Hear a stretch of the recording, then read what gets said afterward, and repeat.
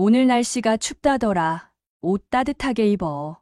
그 옷 가지고 되겠어? 추울 것 같은데. 내가 알아서 할게요. 좀. 아침부터 또 잔소리야. 갑자기 쌀쌀해진 날씨에 경선 씨는 출근길에 나서는 딸의 옷차림이 신경이 쓰였습니다. 멋을 내 가벼워 보이는 옷차림에 추울까 걱정이 됐을 뿐인데 잔소리라며 쏘아붙이는 딸의 말에 기분이 좀 상했지요. 그래도 출근길에 실랑이를 했다가 공연히 딸 기분을 망칠까봐 내색하지 않고 웃어주었습니다. 추울까봐 그렇지. 잘 다녀와. 좋은 하루 보내고. 딸은 어머니의 인사에도 허둥지둥 나가기가 바빴어요. 딸은 대학원에서 석사과정을 하면서 조교로 일을 하고 있었습니다. 딸이 나가고 부엌에 다시 돌아와 식탁을 살펴봤습니다. 딸 먹으라고 차려둔 따뜻한 밥과 김이 모락모락 나는 국은 아직도 식지 않았지만 한 숟갈이라도 뜬 것인지 밥은 그대로였지요. 또 밥도 안 먹고 나갔네. 애써 따뜻한 밥을 차려주었건만 그런 엄마의 마음도 정성도 아는지 모르는지 인사도 한마디 없이 쌩하고 나가버린 딸이 야속하기만 했습니다. 바쁘니까 그렇겠지. 바쁘니까. 아무도 없는데도 경선 씨는 소리내서 그런 말을 중얼거렸지요. 딸에게 서운하고 실망하는 자기 자신에게 해주고 싶은 말이었는지도 모릅니다. 꽤 오랜 시간 동안 반복되어 온 경선 씨와 딸의 아침 일상이었습니다.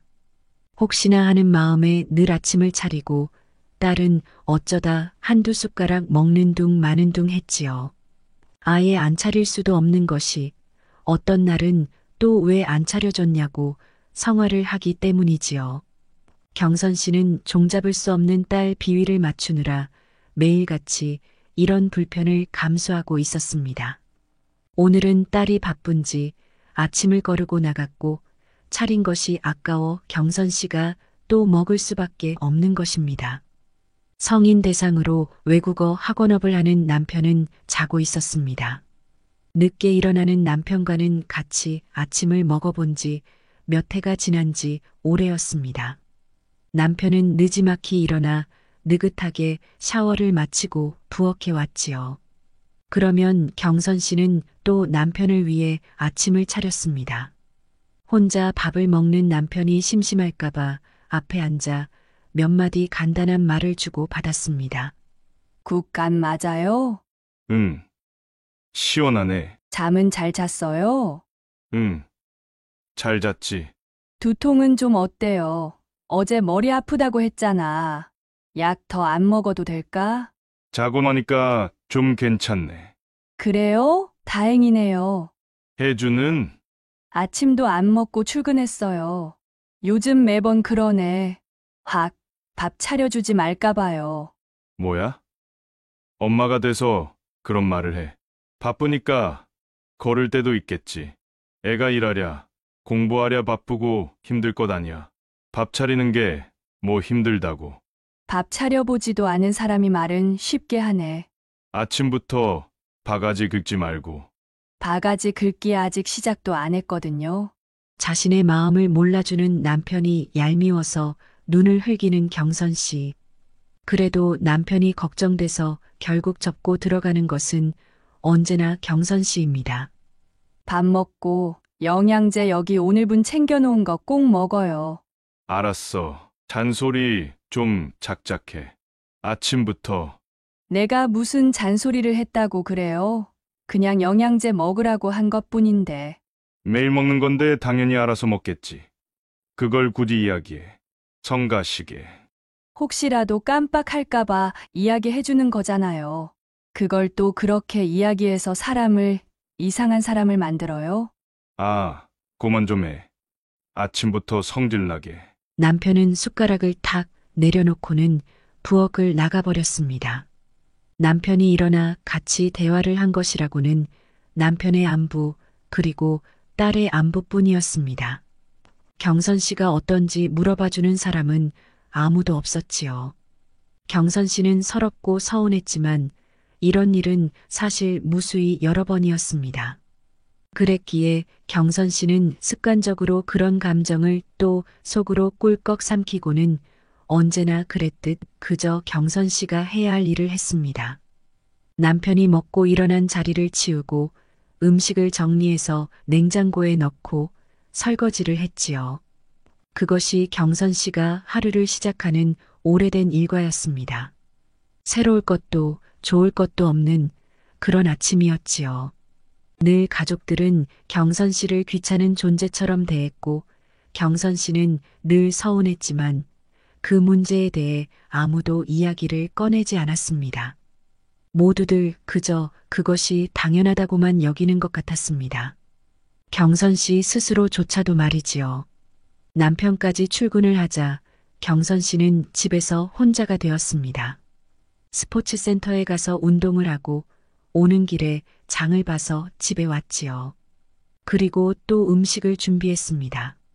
저녁에 올 딸과 늦게 퇴근하는 남편을 위해서였습니다. 일찌감치 음식 준비를 마친 경선 씨는 시계를 봤습니다. 저녁 5시. 딸이 집에 오려면 7시 정도는 되어야 하고 남편은 밤 늦게나 오지요. 경선 씨는 독립해서 따로 살고 있는 아들에게 전화를 해보았습니다. 엄마다. 별일 없지? 네, 엄마. 근데 왜요? 왜는 무슨. 그냥 궁금해서 안부차 전화한 거지. 엄마가 전화할 수도 있는 거 아니야? 특별한 일 없으면 다음에 통화해요. 지금 좀 바빠요. 그러니? 그래, 그럼. 밥 잘 챙겨 먹고. 알았지? 엄마는 할 말이 밥밖에 없어요. 맨날 그놈의 밥 타령이야 지겹게. 알았어. 끊어요. 그냥 끊어도 될 것을 굳이 따지듯 한마디 하고 끊는 아들도 다정함이라고는 하나도 없었습니다. 경선 씨는 괜히 전화를 했나 후회가 되었습니다. 요즘에는 그래요. 대체 내가 왜 사나 그런 생각이 자주 듭니다. 나름 한다고 열심히 해서 키우고 또 대접해주고 했는데 저를 대하는 가족들의 태도를 보면 아무도 감사해야 하는 것 같지 않고 그저 저를 귀찮은 존재 취급만 하는 것 같아요. 너무 섭섭하고 속이 상합니다. 그런데 웃긴 건요. 이런 일들이 반복되니까 또 익숙해진다는 거예요. 애들하고 남편이 저를 이렇게 대하는 것에 저도 익숙해져 가는 것이 속상하면서도 어쩔 수가 없네요. 경선 씨는 속상한 마음을 달래는 방법으로 어쩌면 그냥 현실에 적응하는 방법을 선택한 것 같습니다. 어쨌거나 가족이고 사랑하는 가족을 위해 자기 역할을 다하는 것이 자신의 본분이라 여기는 헌신적인 경선 씨였으니까요. 얼마 전에는 경선 씨 남편의 생일이었습니다.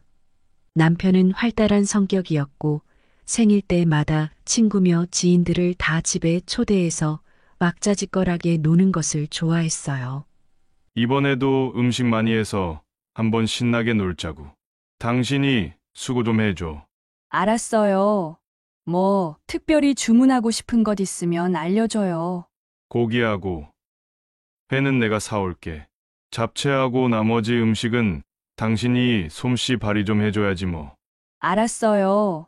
경선 씨는 열심히 밖에서 일하는 남편을 위해 생일상을 언제나 상 다리가 휘어지게 차려주곤 했지요. 이번에도 하루 종일 열심히 준비해서 남편 체면도 세워주고 생일인 만큼 남편을 위한 하루를 만들어주려고 최선을 노력을 다했습니다. 좋아하는 이들과 자신이 한 음식을 먹으면서 즐거워하는 남편을 보는 경선 씨 마음은 흐뭇했습니다. 음식이 어째 드실만 한가요? 네. 형수님 음식 솜씨가 정말 대단하세요. 어떻게 해마다 이렇게 잔뜩 생일상을 차려주실 수가 있어요? 그냥 밖에서 외식을 했으면 형수님이 편하셨을 텐데 정말 대단하세요. 무슨 소리야. 생일이니까 당연히 집에서 대접을 받아야지. 밖에서 사 먹으면 내 돈 나가는 건데 생일자로서 보람이 없잖아. 우와, 정말 강 큰 남편이시네요. 형수님, 어떻게 형님이 이렇게 말할 수가 있습니까? 형수님이 너무 잘해주셔서 그렇잖아요. 그냥 굶겨요. 그래야 형수님 고마운 줄도 알죠. 굶기라니.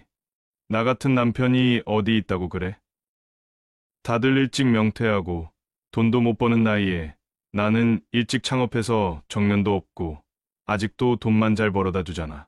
그러니까 마누라가 이렇게 대접을 해주는 거야. 다들 나 보고 배워. 경선 씨는 남편과 남편 친구들이 하는 말을 그냥 흘려들었습니다. 남편 말이 뭐 틀린 건 없었죠. 하나 빼고요. 남편이 생일 때 외식을 하면 손해라는 말을 하던데 그 말이 좀 서운하더라고요. 저는 생일이니까 남편 생각해서 제가 해주고 싶어서 자발적으로 해준 건데 남편은 마치 응당 자신이 받아야 할 것을 받는다는 식으로 이야기를 하더라고요.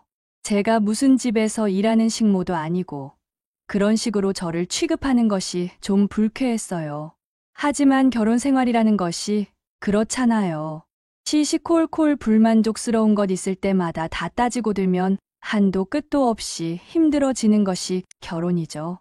신혼 초에 저 사람하고 몇 년을 매일같이 싸우다가 어느 순간 이러다 이혼하겠구나 싶어서 그냥 제가 어떤 부분은 참게 되었어요.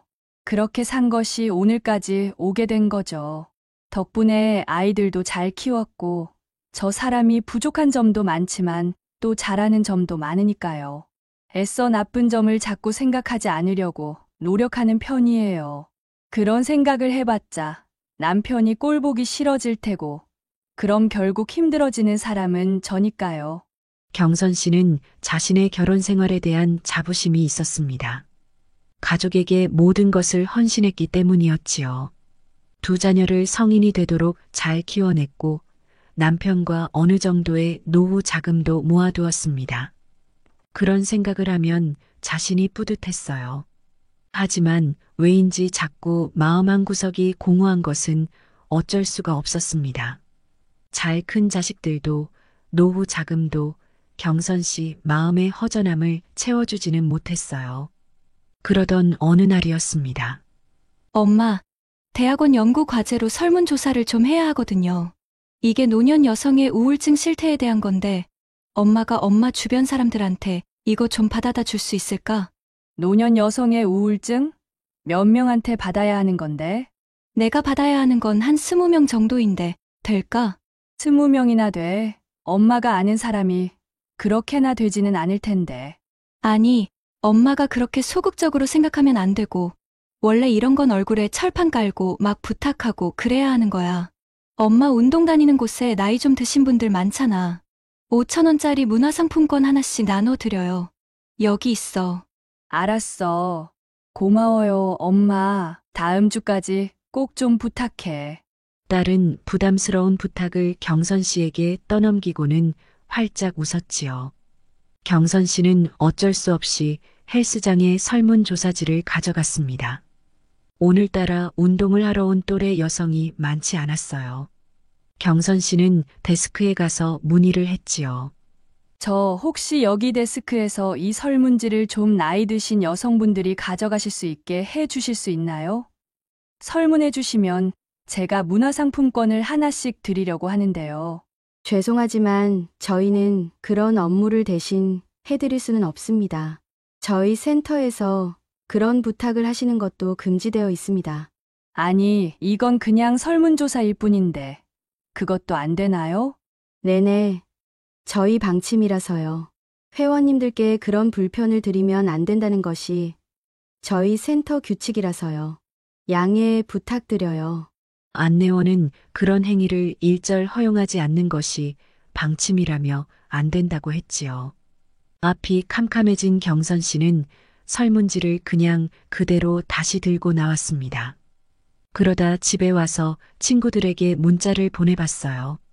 몇 명의 친구들과 모인 자리에서 딸 부탁이라며 밥까지 사면서 설문지 작성을 부탁했지요. 우리 딸이 이걸 다음 주까지 꼭 좀 해달라고 해서 말이야. 바쁜데 미안해. 많이들 먹고 한 개씩 좀 부탁할게. 혹시 주변에 이런 거 해줄 만한 사람 있으면 좀 해서 주면 안 될까? 내가 직접 가지러 갈 수 있는데. 경선 씨는 가까운 친구들을 통해서 간신히 10개의 설문을 받아냈습니다. 친구들에게 부탁을 하면서 문화상품권만 주기가 왠지 민망했던 경선 씨는 친구들을 만날 때마다 밥을 사겠다고 자처했고, 그렇게 밥을 사다 보니 꽤 많은 돈이 나갔지요. 아직도 설문지는 10개나 남아 있었지요. 경선 씨는 고민을 하다가 딸에게 말했어요.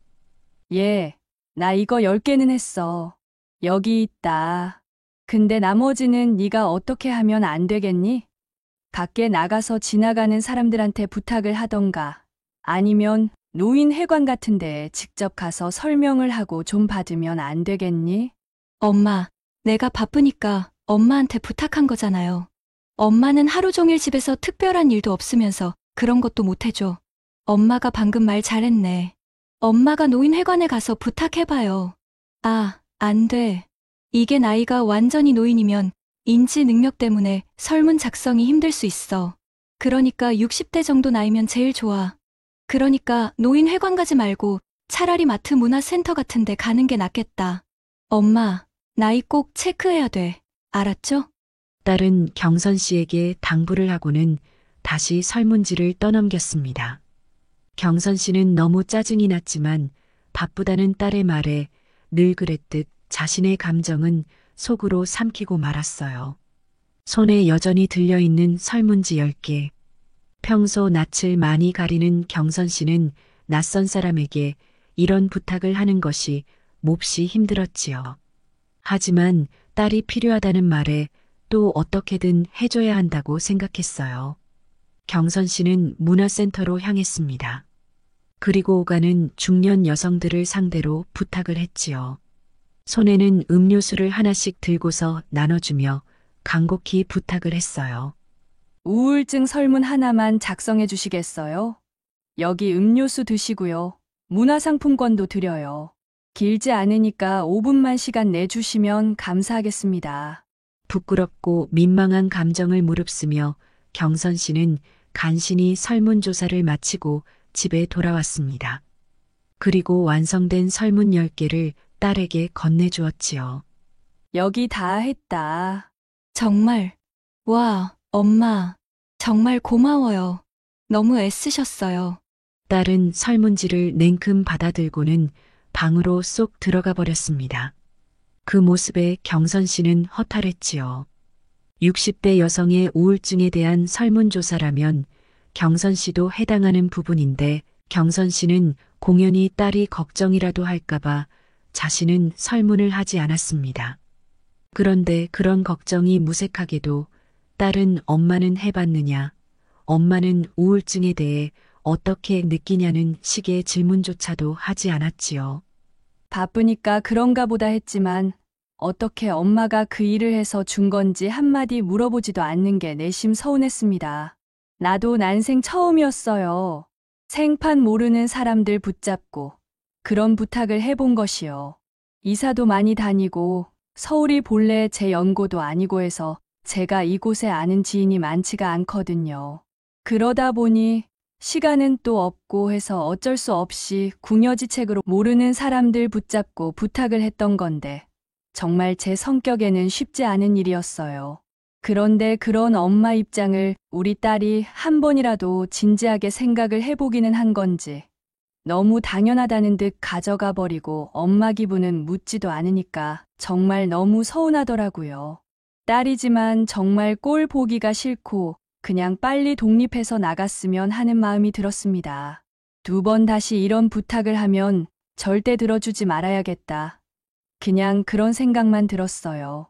경선 씨의 마음에 서운함이 한 겹, 또 한 겹씩 계속해서 켜켜이 쌓여가고 있었습니다. 겨울이 오고 있었습니다. 연말연시라 다들 바빠지는 시기였지요. 남편은 또 막년회며 송년회며 모임을 갖느라 떠들썩하고 신나는 시간을 보내고 있었습니다. 경선 씨도 덩달아 남편의 모임 뒤치다꺼리를 하느라고 분주하고 바빴지요. 그러다 문득 뭔가 허전하다는 것을 깨닫게 된 경선 씨. 어머나, 내 생일이 지났잖아. 뭔가 이상해서 달력을 본 경선 씨는 자신의 생일이 일주일이나 지나버렸다는 것을 뒤늦게 깨닫게 되었습니다. 세상에, 내 생일도 까먹다니. 올해 유독 남편은 한이 맺힌 사람처럼 모임을 만들어댔고 딸은 대학원에서 바쁘고 스트레스가 심하다며 히스테리를 부렸지요. 독립한 아들이 반찬을 갖다 달라고 해서 이참에 김장을 해야지 하면서 김장도 하고 반찬도 했어요. 정말 이번 달 한 달을 눈코 뜰 새 없이 바쁘게 지냈는데 그러다 보니 글쎄 내 생일도 까먹은 거예요. 경선 씨가 사실 생일을 깜빡한 것은 처음 있는 일은 아니었습니다. 하지만 가족 중 누구라도 경선 씨의 생일을 기억해서 챙겨주곤 했기에 경선 씨는 생일을 놓친 적은 없었지요. 엄마, 생신 축하드려요. 엄마, 축하해요. 여보 생일이잖아. 이거 선물이야. 누구든 경선 씨 생일을 기억했고 평소 냉랭하고 썰렁했던 가족이었어도 생일만큼은 절대 그냥 넘어가는 일은 없었습니다. 그러나 올해는 아무도 경선 씨 생일을 기억한 사람은 없었습니다. 경선 씨는 핸드폰을 켜보았지요. 혹시 누군가 문자라도 남기지 않았을까 싶어서였지요. 하지만 아무런 연락도 없었습니다. 일주일이 지난 그 시점까지도 말이지요. 갑자기 허탈함이 밀려들었습니다. 내가 왜 김장을 하고 반찬을 했지? 누굴 위해서 사람들을 초대해서 음식을 하고 뒤치다꺼리를 했지? 경선 씨는 뭔가 아주 많이 잘못됐다는 생각을 하게 됐습니다. 조용히 거실에 혼자 멍하니 있던 경선 씨는 뭔가 결심을 했어요. 그리고 방에 들어가 큰 여행 가방을 꺼냈습니다. 거기에 닥치는 대로 옷을 집어넣었지요. 그땐 그냥 떠나야겠다는 생각만 머리에 떠올랐습니다. 어차피 내가 없어도 아무도 모를 것 같았어요. 이렇게 내 존재를 가벼이 여기는 사람들이 정말 가족인가? 난 그렇게 생각했죠. 아무리 열심히 해줘도 내 몸이 부서지도록 헌신을 해도 아무리 서운하고 서러운 감정을 속으로 삼켜도 결국 알아주는 사람은 하나도 없잖아요. 그러니 내가 여기서 이렇게 사는 게 무슨 의미가 있나? 그런 생각이 들었습니다. 그래서 그냥 충동적으로 가방을 쌌죠. 그리고 그 길로 집을 나왔습니다. 경선 씨는 그렇게 태어나서 처음으로 평생 살던 집에서 가출을 하게 된 것입니다. 사실 예전에도 비슷했어요. 늘 서운하고 서러웠죠.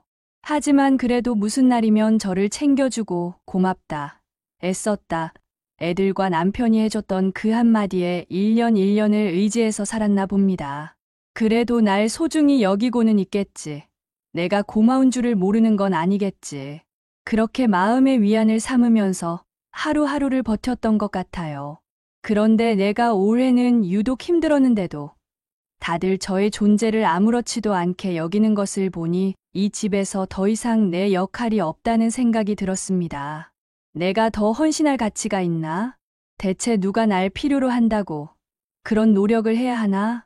그런 생각이 든 거죠. 경선 씨는 그 길로 고향에 내려갔습니다. 부모님을 찾아뵙고 철없던 어린 시절처럼 방구석에 누워 고구마와 귤을 까먹으며 뒹굴거리고 놀았습니다. 생각보다 마음이 너무 편했어요. 연로하신 부모님을 찾아뵈는 일도 내 가족 챙기는 것을 우선하다 보니 늘 뒷전이었는데 이참에 부모님 곁에서 시간을 보내는 것도 나쁘지 않을 것 같아요. 우리 부모님은 연세가 80이 넘으셨는데 두 분이 사이좋게 의지해서 사시는 모습이 보기가 좋아요. 저도 우리 부모님처럼 나이 들고 싶었거든요. 서로 아끼고 귀하게 대하면서요. 우리 부모님은 저를 그렇게 키우셨는데 저는 왜 우리 가족들로부터 그런 대접을 받지 못하는 걸까요? 난 내 모든 것을 쏟아 부어서 헌신을 했는데도 말이에요. 지금은 집으로 돌아가고 싶은 마음이 전혀 들지 않아요. 경선 씨는 내친 김에 그냥 부모님 노후나 돌보며 부모님 곁에서 같이 살까 그런 생각마저 들었습니다. 내 배 아파 낳은 자식들, 평생을 뒷바라지해준 남편이 이토록 멀게 느껴지기만 하는데 가족이 다 무슨 소용인가 그런 마음이었으니까요. 여보, 대체 갑자기 친정에는 왜 간 거야? 말도 없이. 사람을 이렇게 놀라게 하면 어떻게 해?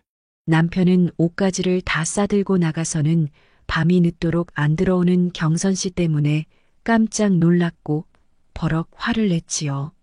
당신이 뭐 나를 신경을 쓰긴 해요? 당신은 모임 많고 노느라 바쁘잖아요. 그러니 나 신경 쓰지 말고 각자 볼 일 봅시다. 난 당분간 집에 안 갈 거니까 그런 줄 알아요. 남편은 아직도 경선 씨 생일이 지났다는 사실을 깨닫지 못했어요. 경선 씨도 굳이 그 말을 꺼내지 않았지요. 문제는 단순히 생일이 아니니까요. 생일이야 뭐 바쁘면 깜빡할 수도 있죠. 상대방에 대한 마음이 있는지 그게 중요한 것 아니겠어요? 저는 최근 가족들로부터 정말 하찮은 사람 취급만 받았어요. 사실 많이 참았고 그래서 집을 나오는 것이 그리 힘들지 않았나 봅니다. 어차피 제가 애들하고 남편한테는 원 없이 다 해줬다고 생각해요. 여기서 더 나 자신을 헌신해봤자 이제는 저 자신만 갉아먹는 일인 것 같아요. 남편과 경선 씨 자녀들은 뒤늦게 경선 씨 생일이 한참 전에 지났다는 사실을 알게 되었습니다.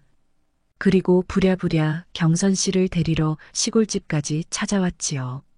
엄마, 내가 정말 미안해. 나 요새 바쁜 것 알잖아요. 그래서 딱 한 번 깜빡한 거야. 나 사실 지금도 빨리 올라가 봐야 하는데 엄마 때문에 없는 시간 쪼개서 여기 온 거야. 같이 집에 가요. 그러게. 뭐하러 왔니? 그렇게 바쁜데 나 신경 쓸 것 없다. 가서 일들 봐. 엄마 모시러 왔잖아요. 엄마가 같이 가셔야지. 나도 가지. 내가 굳이 너 편하라고 집에 다시 가야 하니? 나도 좀 쉬고 싶으니 가서 너 바쁜 일 봐라. 엄마 이러면 내가 너무 불편하잖아요.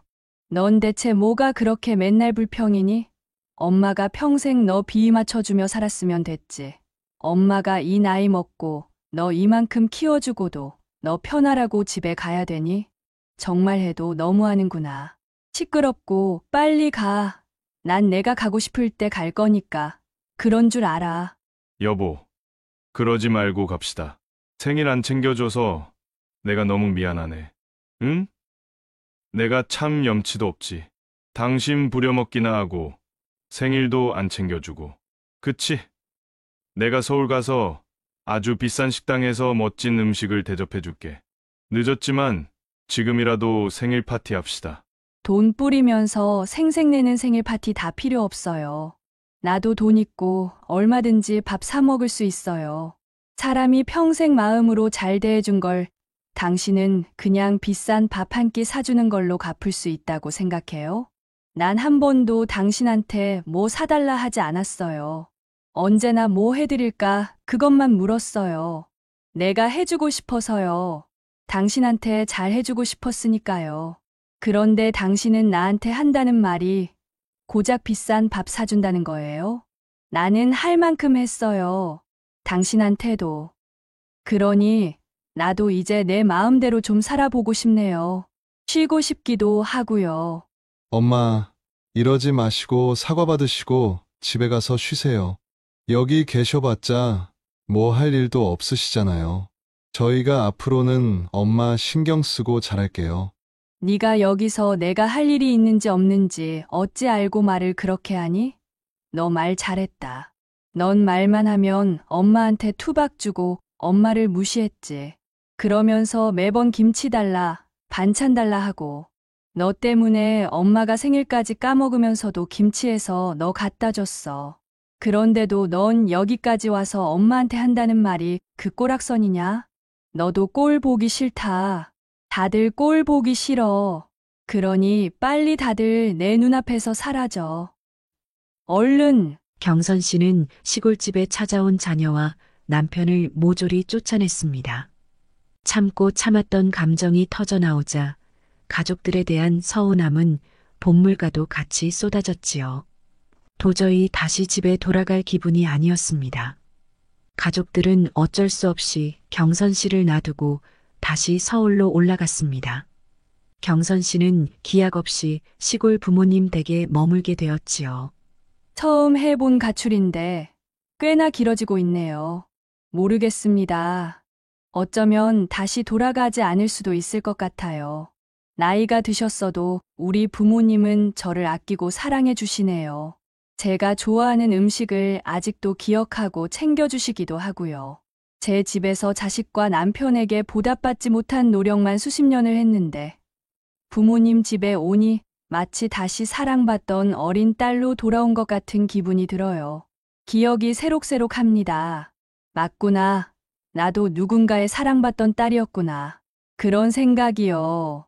그러다 부모님 얼굴을 보니까 왜 이렇게 늙으셨나 또 너무 슬퍼요. 부모님하고 같이 밥을 먹다가 같이 몇 번을 울었네요. 부모님은 절 보고 왜 이리 늙었냐 하시고 저는 엄마 아빠 왜 이리 나이가 드셨어요 하면서요. 난 우리 부모님께 배운 대로 헌신하고 사랑을 했다고 생각했는데 내가 뭘 잘못했던 걸까요? 왜 내 가족은 내 사랑도 고마움도 전혀 모르는 그런 사람들이 된 걸까요? 경선 씨는 당분간은 부모님 곁에 머물 생각입니다. 경선 씨가 없는 서울 식구들은 야단이 났지요. 경선 씨 없는 삶을 단 하루도 살아본 적이 없었기에 밥 한 끼 차려 먹는 것도 야단법석이었지요. 경선 씨가 그동안 자신들을 위해 얼마나 희생하고 헌신을 했던 것인지 그들은 하루하루가 지날수록 처절하게 배우는 중이었습니다. 남편과 자식들은 경선 씨가 하루빨리 돌아오기만을 기다리고 있었지요. 하지만 그 기다림은 어쩌면 아주 길어질지도 모르겠습니다. 평생을 헌신한 사람에 대한 도리를 짧은 시간에 갑자기 다 갚을 수는 없을 테니까요. 가족도 결국은 남이죠. 그러니 나 자신을 먼저 챙기면서 살아야 했나 봅니다. 제가 후회가 되는 것은 그것 하나예요. 너무 아이들과 남편을 우선시하고 저 자신을 돌보지 않고 살았나 봐요. 그래서 지금에라도 제가 원하는 삶을 살아보려고 합니다. 경선 씨는 그렇게 느지막한 때에 자신의 의미를 찾아가게 되었습니다. 오늘 사연은 여기서 마무리하겠습니다. 영상을 시청해 주셔서 감사합니다.